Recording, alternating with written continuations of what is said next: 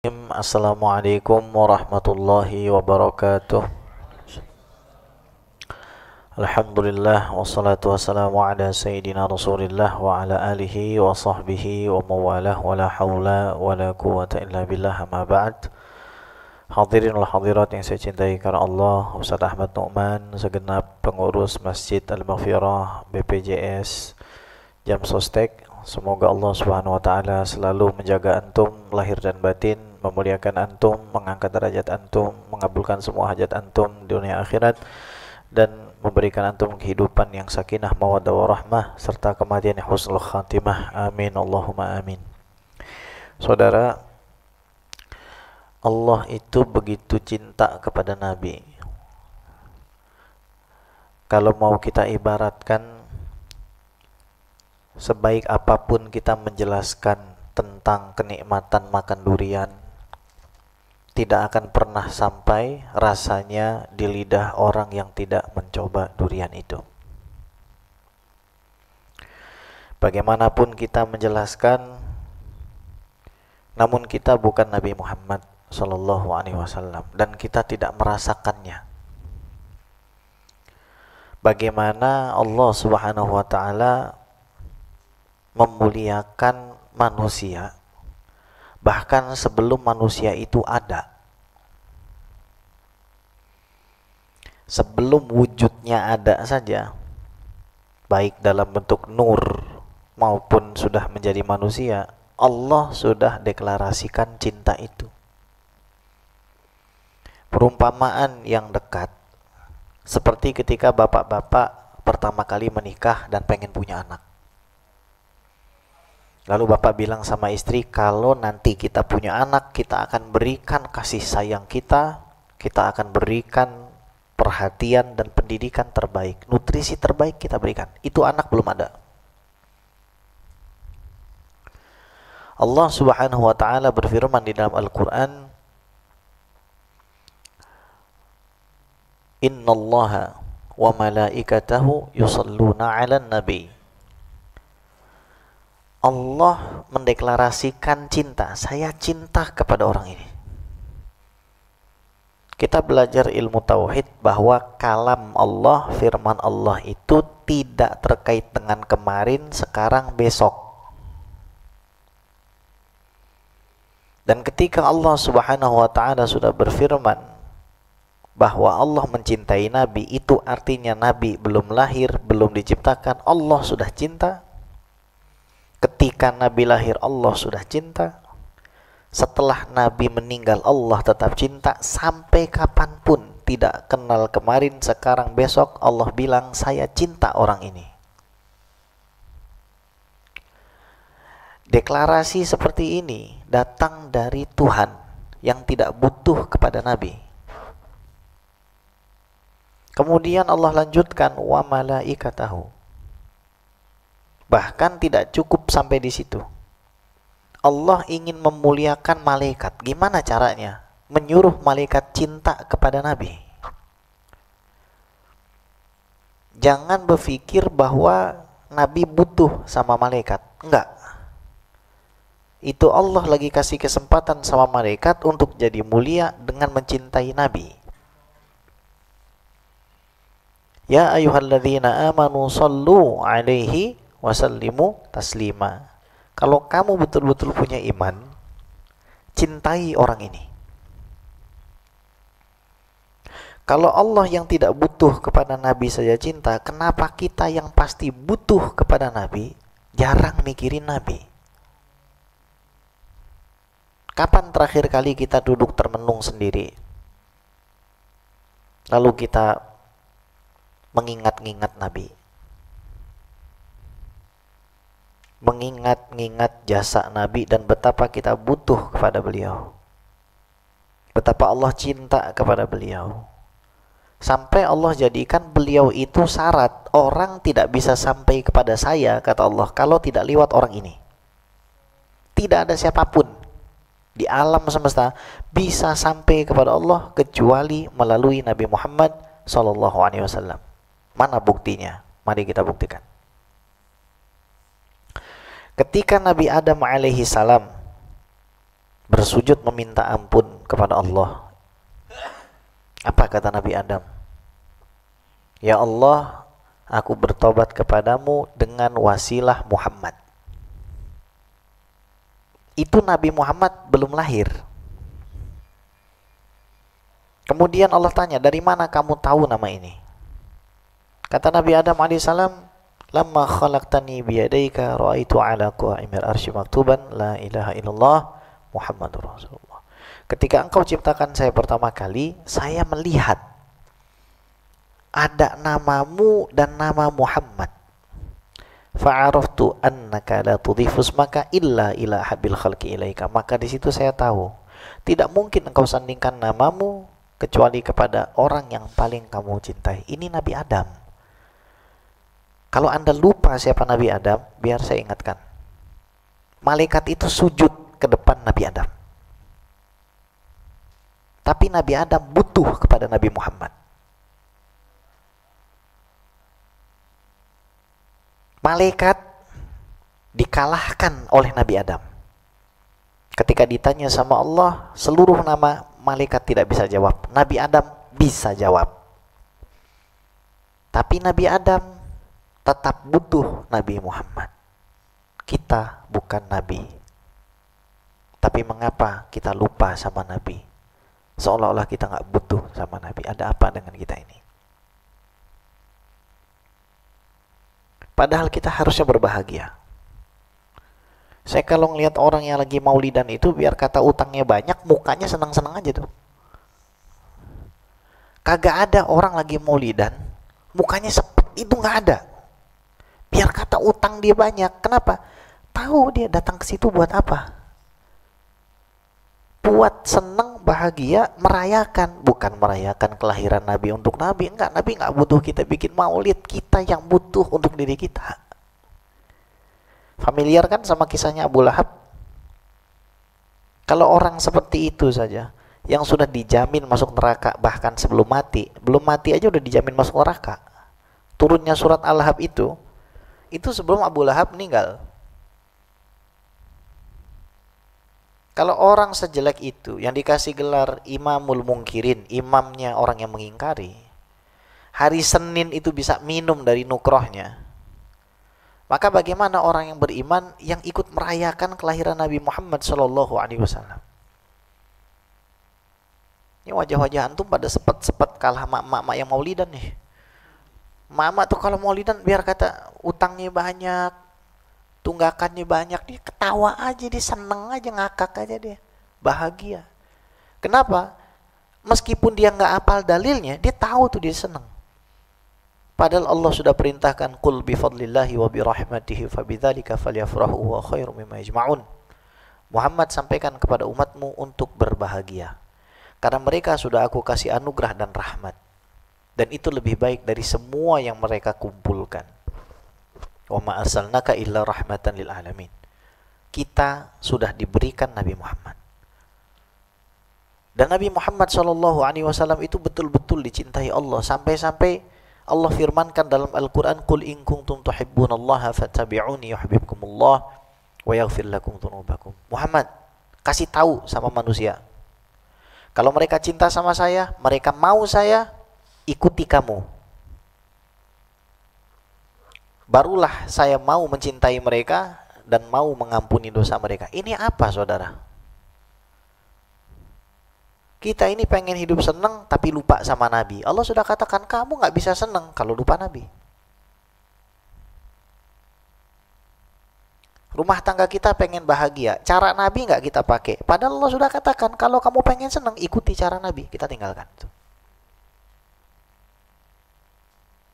Allah jadikan Nabi itu syarat sehingga kita bisa sampai kepada Allah. Artinya begini, tidak ada siapapun orang kalau tidak lewat Nabi kecuali pasti tidak akan sampai.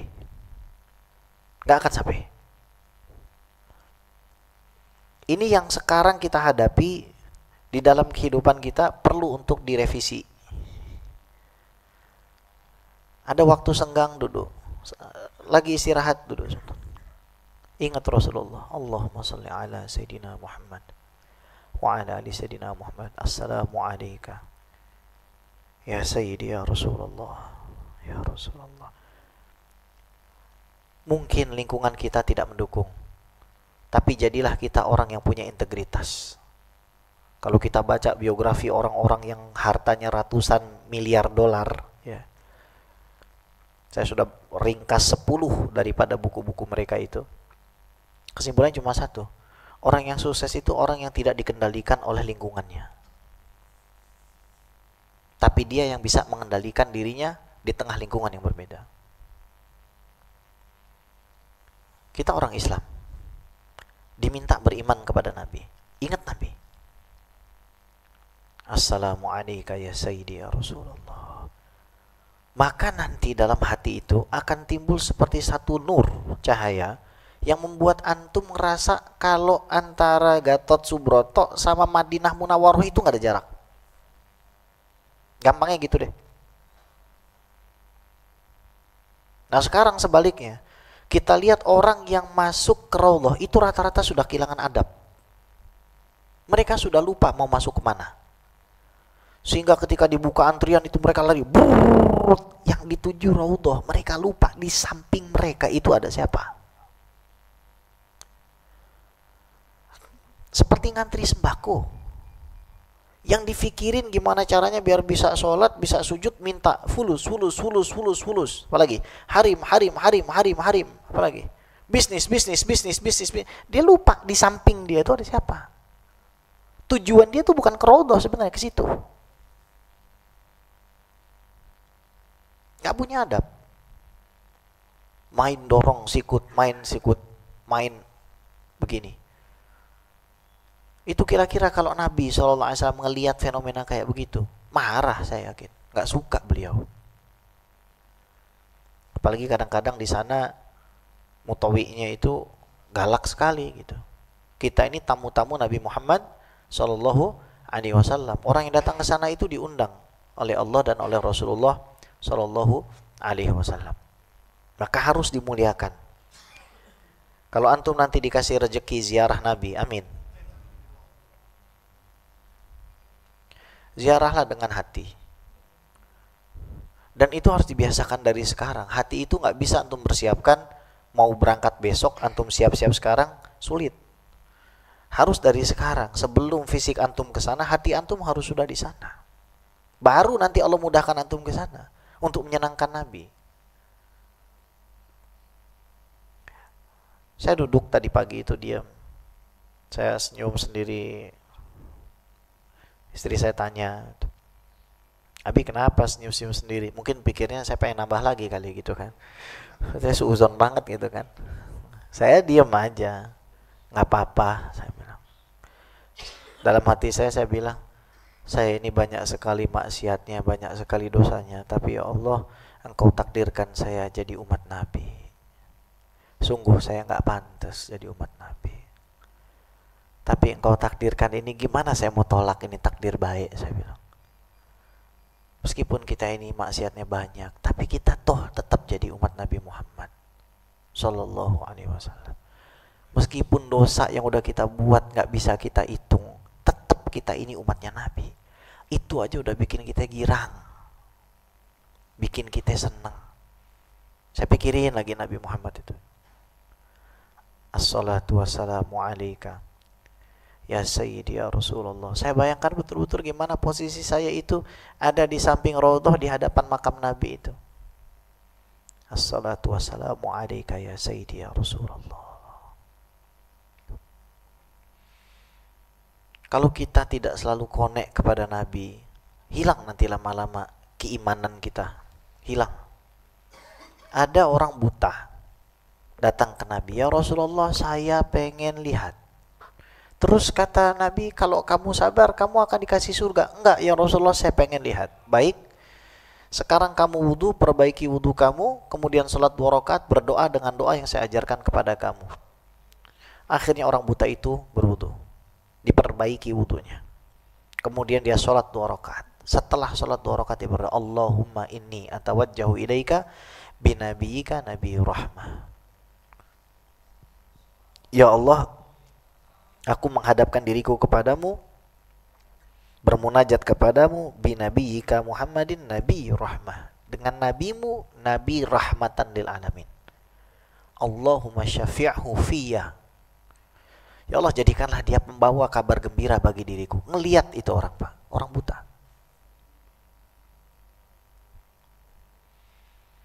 Nabi Adam diampuni karena Rasulullah. Itu orang buta, matanya dibikin melihat karena Rasulullah Sallallahu alaihi wasallam.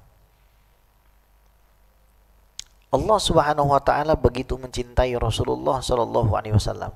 Ini yang lebih nggak masuk akalnya. Nabi Nuh itu umurnya 1200 atau 1300 atau 1400 tahun. Ini khilaf para ulama. Berdakwah 950 tahun. Selama 950 tahun berdakwah, yang masuk Islam cuma 200 orang. Nah, bapak-bapak sekarang saya tanya ini, kan pengen panjang umur, mau nggak kerja 950 tahun di BPJS? Kan panjang umur, 950 tahun ke sini kerja lagi, besok balik lagi 950 tahun. Capek nggak? Capek. Oke. Nah, Nabi Muhammad SAW umurnya berapa? 63. Berdakwahnya berapa tahun? 23. Lulus S1. Lulus S1 terus meninggal. Kok masuk surganya duluan? Ini konsepnya kayak bagaimana? Ada orang 950 tahun berdakwah, memanggil orang ke jalan Allah, capek, dihina. Tiba-tiba datang orang 23 tahun manggil orang ke jalan Allah. Kenapa yang 23 tahun ini masuk surga duluan? Ini konsepnya kayak bagaimana? Coba saya tanya sama Anda itu. Gak masuk akal. Kalau ada satu kata yang bisa merepresentasikan hal ini, itu cuma cinta saja. Sudah, Allah cinta sama Nabi, titik. Kamu saya buat paling istimewa, paling bagus. Nasib kamu paling bagus. Dan kita kebetulan lahirnya setelah 571. Kalau kita lahir di bawah itu, bisa jadi umat Abu Lahab kita. Kita berojol dari perut emak kita, tiba-tiba syahadat. Jadi orang Islam. Jadi umatnya Nabi Muhammad Sallallahu alaihi wasallam yang pertama kali masuk ke dalam surga. Ini konsepnya bagaimana coba? Di sini ada yang pernah diuber-uber Firaun nggak? Nyebrang laut merah, ada. Kenapa kok dia belakangan kita duluan masuk surga? Konsep keadilannya di mana ini? Nggak berlaku, Pak, buat umat Nabi, nggak berlaku. Coba, terus kita pengen memperingati Maulid Nabi, masih ada aja yang bid'ahin. Maulid Nabi itu kan konsepnya orang datang pergi ke masjid, sunnah. Masuk kaki kanan, sunnah. Sholat sunnah, sunnah. Silaturahim, sunnah. Dengar baca Quran, sunnah. Dengar ceramah agama, sunnah. Makan bareng, sunnah. Gak ada bid'ahnya sama sekali gitu. Jadi orang yang melarang kita bikin maulid itu seolah-olah melarang kita senang dengan kelahiran Nabi. Ya Allah. Senang dan bahagia itu adalah perasaan, itu tidak butuh dalil, butuh cinta itu, betul-betul butuh cinta. Kalau secara hukum fikihnya memang butuh dalil dan dalilnya ada. Jadi jangan ceramah masalah bid'ah deh sama kita, udah bolak-balik kita jelasin itu di sini. Jadi bagaimana sekarang, apa yang harus kita perbuat untuk merayakan kelahiran Nabi ini? Kita jangan lupa bahwa Allah jadikan Rasulullah itu sebagai pemberi syafaat di dunia dan di akhirat buat kita. Sesusah apapun keadaan kita, sholawatin aja. Saya kemarin 30 hari hampir meng-cancel semua jadwal. Itu bukan karena sakit. Seandainya saya nggak sakit pun Ustaz, dan nggak masuk rumah sakit, saya pun tidak datang ke sini karena saya sedang diuji. Ada ujian yang harus saya lakukan. Ujian besar. Kepala jadi kaki, kaki jadi kepala. Bisa Anda bayangkan, Anda tidak bekerja selama 30 hari. Berarti Anda membutuhkan uang selama 30 hari supaya Anda bisa fokus belajar. Kita jangan jauh. Demi Allah Pak, saya tidak mengatakan saya dekat dengan Rasulullah. Bahkan saya orang paling jauh dari Nabi. Tapi saya tidak akan pernah lupa di dalam darah saya, dalam otak saya ini, bahwa tidak ada jalur yang bisa sampai kepada Allah kecuali melalui Nabi. Kecuali kita sudah nggak beriman sama Al-Quran yang mengatakan, Qul in kuntum tuhibbunallaha fattabi'uni yuhibbukumullah wa yaghfir lakum dzunubakum. Anda mau melawan sistem yang nggak bisa dilawan, pakai sholawat. Tapi sholawat yang dari hati.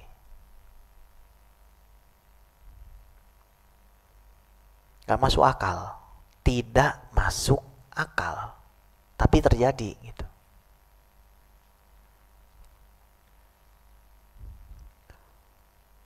Saudara yang dimuliakan oleh Allah, kita beruntung jadi umat Nabi. Pada intinya, hakikat daripada kehidupan kita di dunia ini adalah menjadi manusia yang bermanfaat buat diri kita, buat orang banyak. Dan kalau kita ingin dimudahkan semua urusannya, jangan pernah kita itu hatinya jauh dari Nabi. Kalau kita sudah mencintai Nabi, berarti kita mencintai semua yang dicintai Nabi. Dari syariatnya, dari umat Islamnya, dari binatangnya, dari manusianya kita mencintai. Maka pada saat itu, kita menjadi orang yang sehat batinnya paling tidak itu. Baik, jam berapa ini? Masya Allah. Saudara yang dimuliakan oleh Allah, bukti cinta Allah kepada Nabi, salah satu yang paling besar menurut saya adalah bahwa Nabi itu dijadikan pemberi syafaat yang pertama kali di akhirat. Dan Nabi berkorban, sahabat Nabi berkorban untuk tidak mendapatkan itu di dunia. Makanya kita juga harus respect sama sahabat Nabi. Antum kalau ziarah ke Madinah, saya kadang, mohon maaf ya, saya lihat beberapa orang itu kalau ziarah yang dicari makanan, perempuan yang dicari emas. Itu karena mereka tidak tahu, tidak faham. Itu nggak salah, kesenangan dunia nggak salah. Tapi mereka nggak faham itu. Di situ ada Nabi, ada Sayyidina Abu Bakar, ada Sayyidina Umar, ada puluhan ribu sahabat dimakamkan di Baqi. Ada Siti Fatimah di situ. Dia nggak paham. Ada Siti Aisyah di situ. Ada istri-istri Nabi di situ, nggak paham. Para sahabat datang ke Nabi. Nabi sedang dibawa Ka'bah tiduran, berbantalkan jubahnya. Lalu sahabat bilang, Rasulullah, bukankah setiap Nabi punya satu doa yang mustajab? Kenapa enggak engkau bikin selesai aja nih orang kafir Quraisy dengan satu doamu? Apa kata Nabi?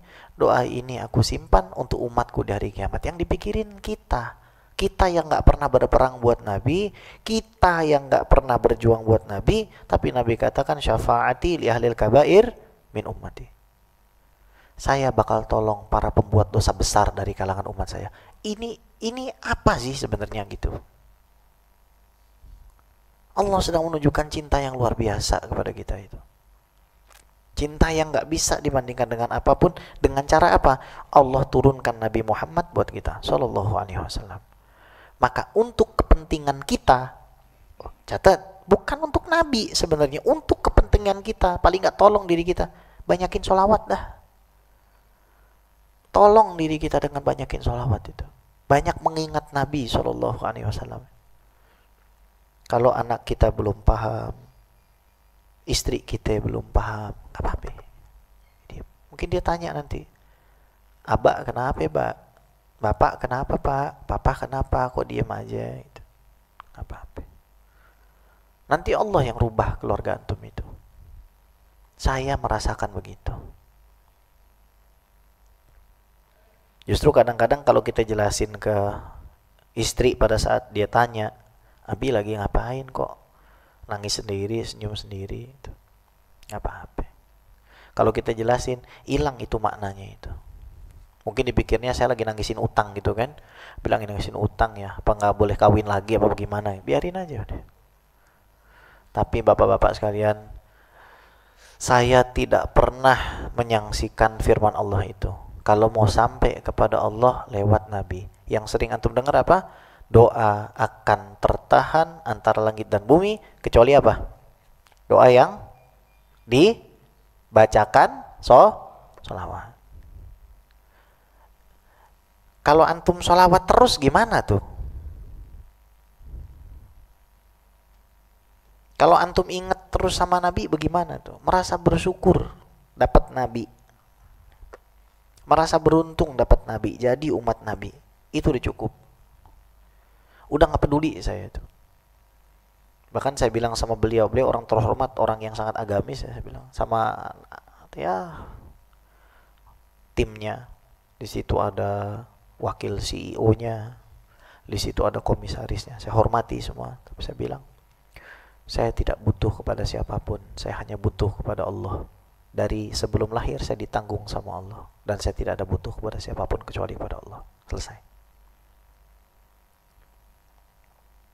Maka jangan kita jual iman ini dengan apapun. Kita adalah orang yang paling miskin kalau kita jual iman.